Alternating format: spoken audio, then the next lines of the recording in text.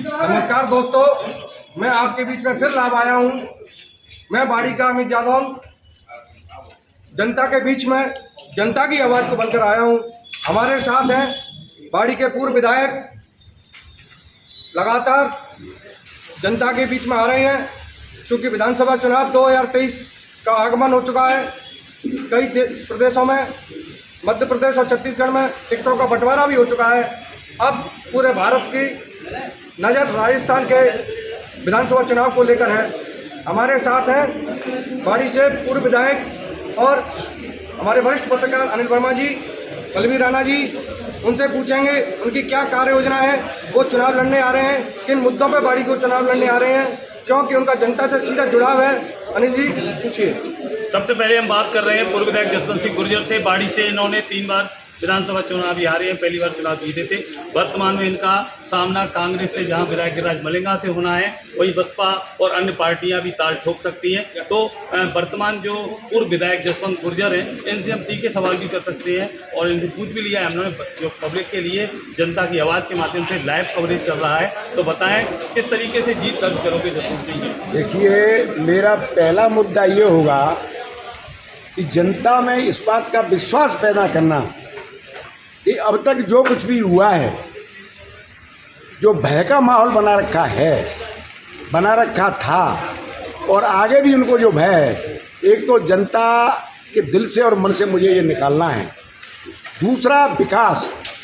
अब विकास की बात वर्तमान एमएलए करते हैं। पत्रकार बंधुओं, मैं आपको बता दूं, कोई विकास बाड़ी के अंदर नहीं हुआ है। जो कुछ भी काम हुए हैं, मेरे को कहाँ से पैसे मिलेगा, इस बाईपास से मुझे कितना पैसा मिलेगा, मैं ज़मीन खरीद लूँ उसका मुआवजा मुझे मिलेगा, इस बाईपास से मैक्सिमम लाभ कैसे उठाऊं, इसके अलावा वर्तमान विधायक ने दूसरा कोई काम नहीं किया। अगर किसी भी विभाग का कोई टेंडर होता है, ऐसी एक्शन एईएन घर पे बुला लिए जाते हैं, उनकी हिम्मत नहीं है। पीडब्ल्यूडी मंत्री सुनता नहीं है। छूट दे रखी है गहलोत साहब ने कि मेरे खेमे के जो एमएलए हैं, मेरी सीट बचानी है, तो इनको हर कीमत पर खुश रखना है। अपने ओएसडी से कह रखी है, प्रत्येक मंत्री से कह रखी है, और यहाँ एक तरह से प्रत्येक विधानसभा क्षेत्र में जो गहलोत साहब के खेमे के एमएलए हैं, सबको सीएम बना रखा है। ऐसी स्थिति में, ऐसी परिस्थिति में इन गरीबों की कोई सुनने वाला नहीं है, जिसके लगातार इस बाड़ी की धरती पर अन्याय हो रहे हैं और विकास के नाम पर लूट के अलावा दूसरा कोई काम आज तक नहीं हुआ है। जनता उस समय का इंतजार कर रही है कि वो समय कब आएगा जब आचार संहिता लगे। वर्तमान एमएलए कहते हैं कि मैं जानता हूँ, अंग्रेजी में कहावत है कि पैसा ईश्वर नहीं है पर ईश्वर से कम नहीं है। 5-5 हज़ार रुपये दूंगा, मेरी ज़रूरत क्या है खुशामद करने की, मेरी ज़रूरत क्या है विकास करने की। पैसा दूंगा, गरीब तबका यहाँ ज़्यादा बचता है, पैसे दूंगा। चुनाव पहले भी इसी तरह से मैंने जीता, फिर जीतूँगा।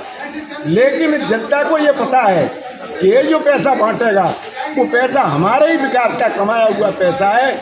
और 5,000 वोट भी, अगर 5,000 रुपया पर वोट अगर ये देते हैं, तो 1,000 रुपये साल आते हैं। एक दिन के 3.25 रुपये मिलते हैं। 3.25 रुपये में हम अपना ईमान नहीं बेचेंगे। 3.25 रुपये में हम बहुमूल्य वोट को किसी भी भाव नहीं देंगे। हम जानते हैं कि 5,000 रुपये की कीमत बहुत है, लेकिन 5 वर्ष उस 5,000 के पीछे अपने विकास कार्य ठप होना, अन्याय अत्याचार हो, एमएलए साहब के पास जाएं, एक ही बात कहते हैं कि तुमने पैसे से वोट दिया है।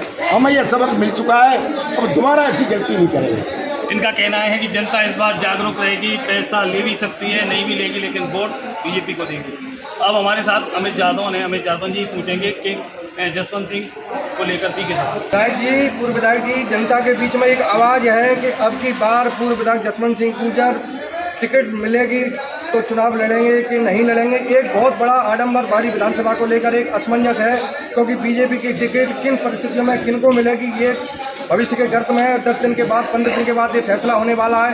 क्या बीजेपी आपको टिकट देती है तो आप चुनाव लड़ोगे, ये निश्चित बात है। अगर नहीं देती है तो क्या आपकी मंशा रहेगी? देखो, पहला है कि सर्वोपरि है पार्टी के निर्णय सर्वोपरि है। आज की जो परिस्थितियां हैं और अब तक की जो परिस्थितियां रही, मैं समझ रहा हूँ कि जिस तरह के सर्वे लगातार चल रहे हैं, उन सर्वे के आधार पर प्रदेश संगठन जो भी बैठा है सही निर्णय लेगा। और मैं समझ रहा हूँ ऐसे व्यक्ति को ही टिकट देगी पार्टी जो सामने वाले जो भी अन्याय और अत्याचारी है और जो भी विकास के नाम पर लूट किया है और झूठे मुकदमे प्रत्येक समाज प्रत्येक जाति के लोगों पर लगाए हैं, जिससे टेरराज या भयभीत है। इस व्यक्ति के सामने कौन व्यक्ति होना चाहिए? क्या उस व्यक्ति का ग्राफ आ रहा है? हमारे सर्वे में नहीं आ रहा है। क्या कोई सेकंड व्यक्ति है? निश्चित तौर पे सर्वे में कोई मेरे से बेटर होगा तो पार्टी उसे टिकट देगी, और देगी तो हम उसके साथ रहेंगे। सर्वे के आधार पर और तथ्यात्मक रिपोर्टों के आधार पर इनका कहना है कि अगर पार्टी टिकट देती है तो चुनाव लड़ूंगा और नहीं देती है तो समर्थन करूंगा। अमित जी पूछे सवाल। तो आपने ये कह, उनका मलंगा जी का ये कहना भी है कि जब जसवंत जी चुनाव लड़ेंगे तब तक मैं चुनाव जीतूंगा।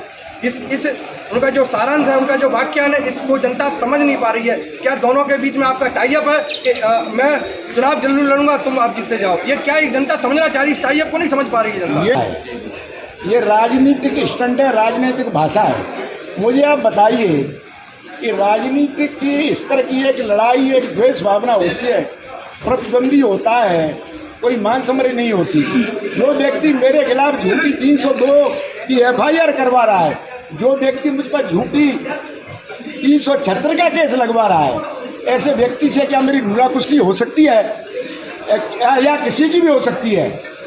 उसे पता है कि ये बात कहूँगा मैं तो प्रदेश नेतृत्व शायद ये सुन ले, अरे इसको मत दो टिकट, क्या चक्कर है ये, जब लड़ेगा तभी हारेगा। परिस्थितियों बहुत अंतर है माननीय। आज की परिस्थितियाँ जो हैं वो और हैं, और आज से पहले जो परिस्थितियाँ थी कुछ और थी। माननीय जो विधायक जी हैं वो उससे कहीं आप ज़्यादा सीनियर हो राजनीति में, हमने भी देखा है, और आप उससे पहले चुनाव लड़ चुके हो।